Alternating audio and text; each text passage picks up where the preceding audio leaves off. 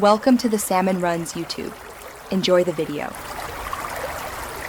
You start by opening WhatsApp and going straight to Settings. This is the control hub. Tap the three dots in the top right, choose Settings, and then tap Account to reveal security features.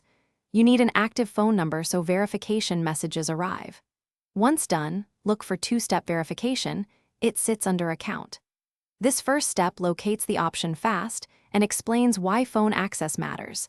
Without it, you can't finish enabling or reviewing two-step verification. Now you're inside Account, find two-step verification and tap it to open detailed controls. If it's enabled already, you'll see options to change PIN or disable. Use these cautiously. If it's not enabled, tap Enable and WhatsApp will ask for a 6-digit PIN. Choose something memorable yet secure. Then add a recovery email so you can regain access if you forget the PIN. This middle step completes the required info and explains why a recovery email prevents lockout later. Finish by confirming the PIN and entering the recovery email when prompted. Tap Done to enable two-step verification. Make sure you remember or securely store the PIN and understand that disabling reduces account protection.